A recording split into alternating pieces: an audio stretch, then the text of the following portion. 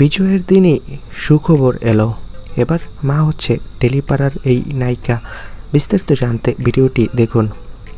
সম্প্রতি একসঙ্গে দেখা যায় রাহুল আর প্রীতিকে।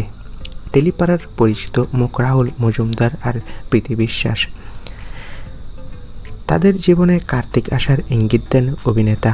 সাক্ষাৎকারে রাহুল জানায় তার বহুদিনের ইচ্ছা দ্বিতীয় সন্তানের, দুজন থাকলে একসাথে বড় হবে, একে অপরের খেলার সঙ্গী হবে, সেটাই ভালোবাসেন রাহুল।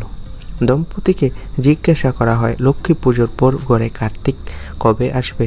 উত্তরে অভিনেতা বলেন, আমার তো খুব ইচ্ছা রয়েছে আরেকজন আসুক কেউ, দুজন মিলে একসঙ্গে মারপিট করবে, খেলাধুলা করবে, বড় হবে, আমার ভালো লাগে। তবে প্রীতি বলেন, রাহুল সবই দুটো পছন্দ করে, আমি এখন একজনকে নিয়ে ব্যস্ত, জানি না কিভাবে সামলাবো।